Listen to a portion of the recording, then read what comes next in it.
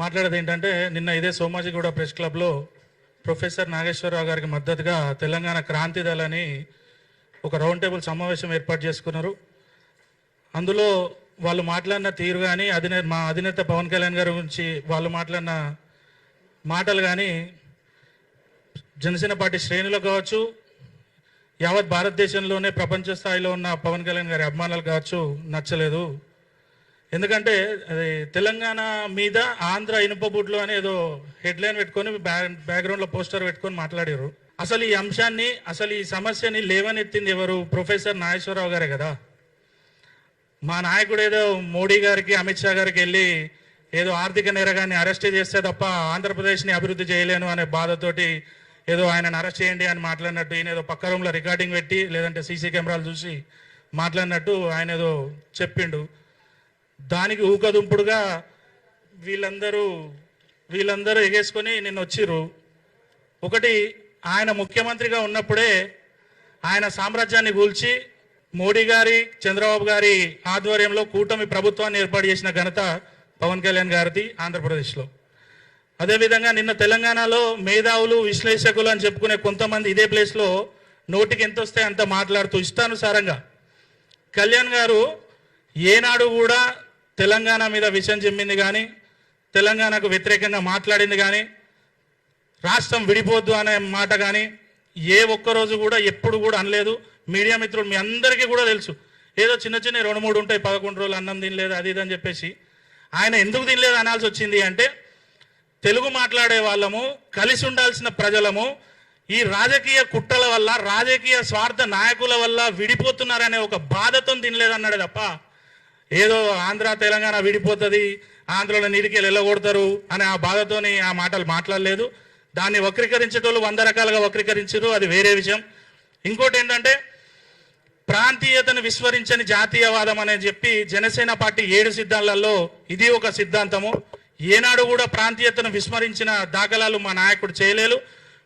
మా state incharge గారు కానీ, మా తెలంగాణ నాయకులు కానీ ఎప్పుడు కూడా ఆంధ్రాకి వ్యతిరేకంగా కానీ ఎప్పుడు కూడా మాట్లాడలేదు. ఎందుకంటే ఈరోజు ఇప్పుడు కుకట్పల్లి, కుత్బుల్లాపూర్, షేర్లింగపల్లి ఏరియాలు తీసుకుంటే దాదాపు సెటిలర్లు ఓట్లేసే తప్ప ఎవడైనా సరే, ఆడు తెలంగాణ కావచ్చు, ఆంధ్ర కావచ్చు, ఏ పార్టీ ఎవడైనా సరే సెటిలర్ ఓట్లేస్తేనే గెలుస్తారు. అది మీ అందరికీ కూడా తెలుసు.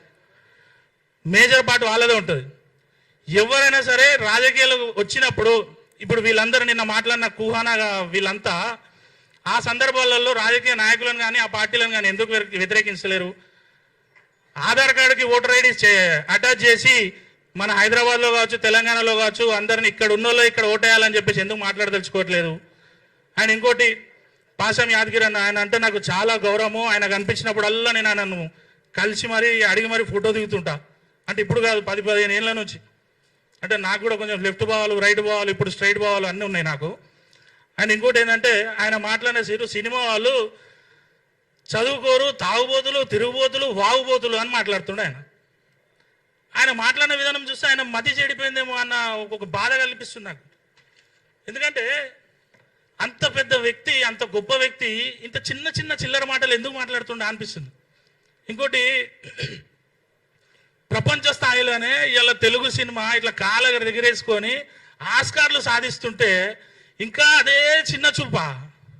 ఎంతసేపు ఈ సినిమా వాళ్ళ మీద పడే ఏడుసుడు. నాకు ఏమనిపిస్తుంది అంటే, యాదగిరన్న మాట్లాడిన తర్వాత ఇదేదో కుట్రలాగా అనిపిస్తుంది. అంటే తెలంగాణ అభివృద్ధిని అడ్డుకునే కుట్రలాగా అనిపిస్తుంది.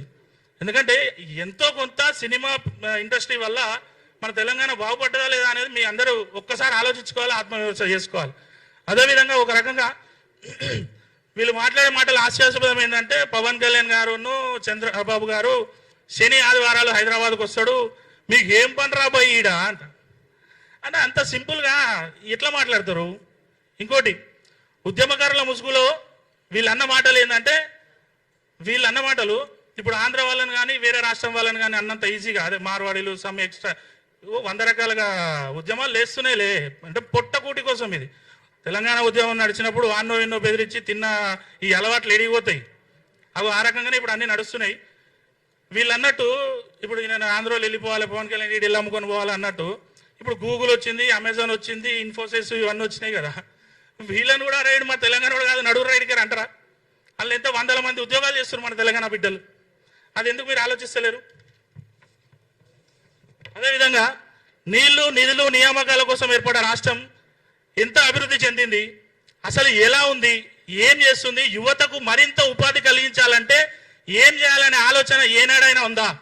కేవలం మా నాయకుడి మీద, పవన్ కళ్యాణ్ గారి మీద వాడు ఏడవడం తప్ప. ఒకటి మాత్రం బలంగా చెప్పగలం, మీరంతా కూడా కేంద్ర ప్రభుత్వానికి, అంటే నిన్న మీటింగ్ పెట్టిన వాళ్ళు కొంతమంది 5-10 మంది, అందరిని అనట్లేదు, జర్నలిస్టులు అంటే పాద వందనం చేస్తా, వాళ్లకు హ్యాట్సాప్ చేస్తా, అందరిని అనట్లేదు. నిన్న కొంతమంది పక్కా మోడీ వ్యతిరేకులు, పక్కా సనాతన ధర్మ వ్యతిరేకులు, వాళ్ళ టార్గెట్ ఏంది? పవన్ కళ్యాణ్ గారు.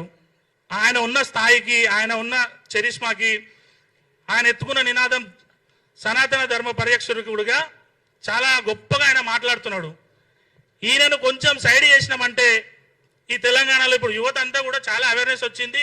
హిందూ ధర్మం వైపు కావచ్చు, సనాతన ధర్మం వైపు కావచ్చు చాలా అడుగులు వేస్తున్నారు. ఈయన ఒక్కని కొంచెం సైడ్ ట్రాక్ పెట్టినామనుకో, మనం అనుకునే జరిగితే మన వసూళ్లు మళ్ళీ మనకు వస్తాయి, మన జేబులు నిండుతాయి, మళ్ళీ ఆదివారం పూట మటన్ చికెన్ తినొచ్చు, రాత్రిపూట మంద తాగొచ్చు. ఇగో ఈ రకంగానే ఉన్నది వీళ్ళ ఆలోచనలు, వీళ్ళ మాటలు. ఇంకోటి, గత 10 ఏళ్ల బీఆర్ఎస్ పాలనలో లేదా ప్రస్తుత కాంగ్రెస్ పాలనలో వీళ్ళు ఏ సమస్య మీద ప్రశ్నించారు, ఏ సమస్య మీద గలమెత్తిరు? ఎప్పుడైనా ఉద్యమకారుల గురించి పట్టించుకుర్రా? 1200 మంది విద్యార్థులు చనిపోయారు అంటారు కదా, ఆ అమరవీరులు ఉన్నారు కదా, వాళ్ళ కుటుంబాలను ఎప్పుడైనా పరామర్శించిర్రా?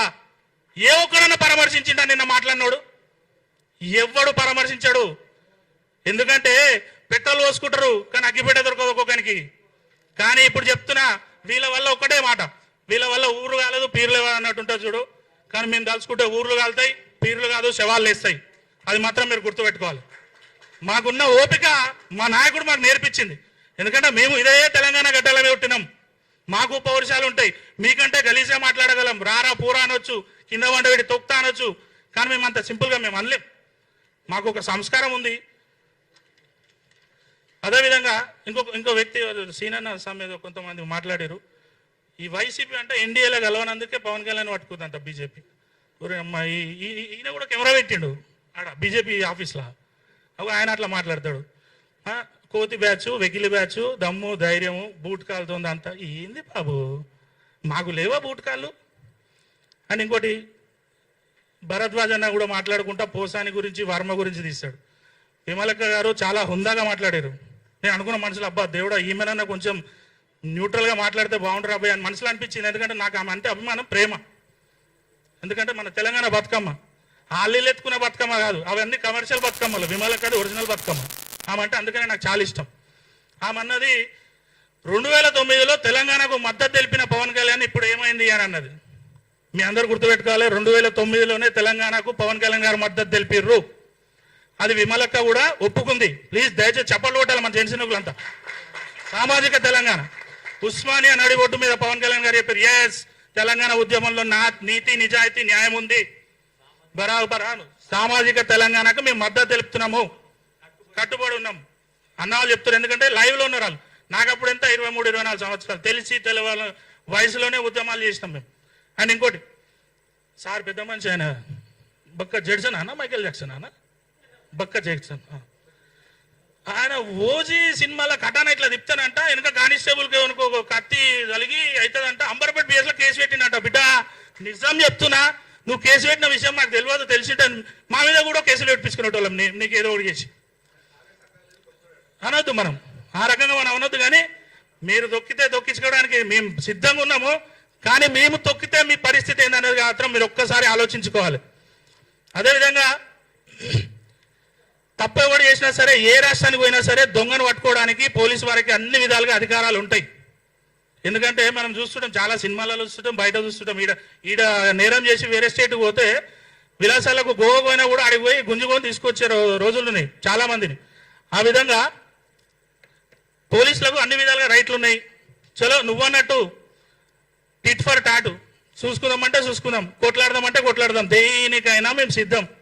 మేము బీహార్ వాళ్ళం కాదు, యూపీ వాళ్ళం కాదు, మీరన్నట్టు ఆంధ్ర వాళ్ళం కూడా కాదు, బరాబర్ తెలంగాణ వాళ్ళం, జనసేన పార్టీ కార్యకర్తలం, పవన్ కళ్యాణ్ గారి అభిమానులం.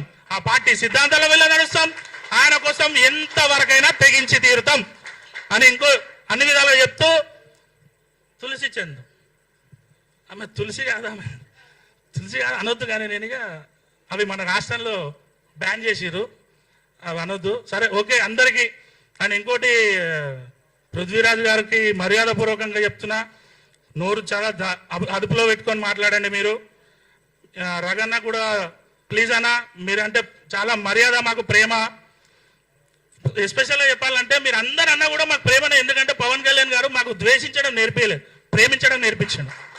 అందుకని మీరందరూ కూడా మారి మా నాయకుడు ఏదైనా తప్పు చేస్తే నిజంగా రాజకీయంగా అరే ఇటు జనాలను మోసం చేస్తుండ్రా పోయి, ఇగో ఈ స్కామ్ చేసిండు, ఇగో ఇట్లా మాట్లాడారు. కానీ ఎంతసేపు ఆయన వ్యక్తిగత జీవితాల గురించి మాట్లాడడం అనేది కరెక్ట్ కాదు అని నేను సవినయంగా తెలియజేసుకుంటూ, నాకు అవకాశం ఇచ్చిన మీడియా మిత్రులకు, ప్రింట్ అండ్ ఎలక్ట్రానిక్ మిత్రులకు, మా పార్టీ నాయకులకు, పెద్దలందరికీ కూడా ధన్యవాదాలు తెలియజేసుకుంటూ, భరతమాత ముద్దుబిడ్డ పవన్ కళ్యాణ్ గారి నాయకత్వం, తెలుగు ప్రజల ఆత్మబంధు పవన్ కళ్యాణ్ గారి నాయకత్వం, జై తెలంగాణ, జై జనసేన.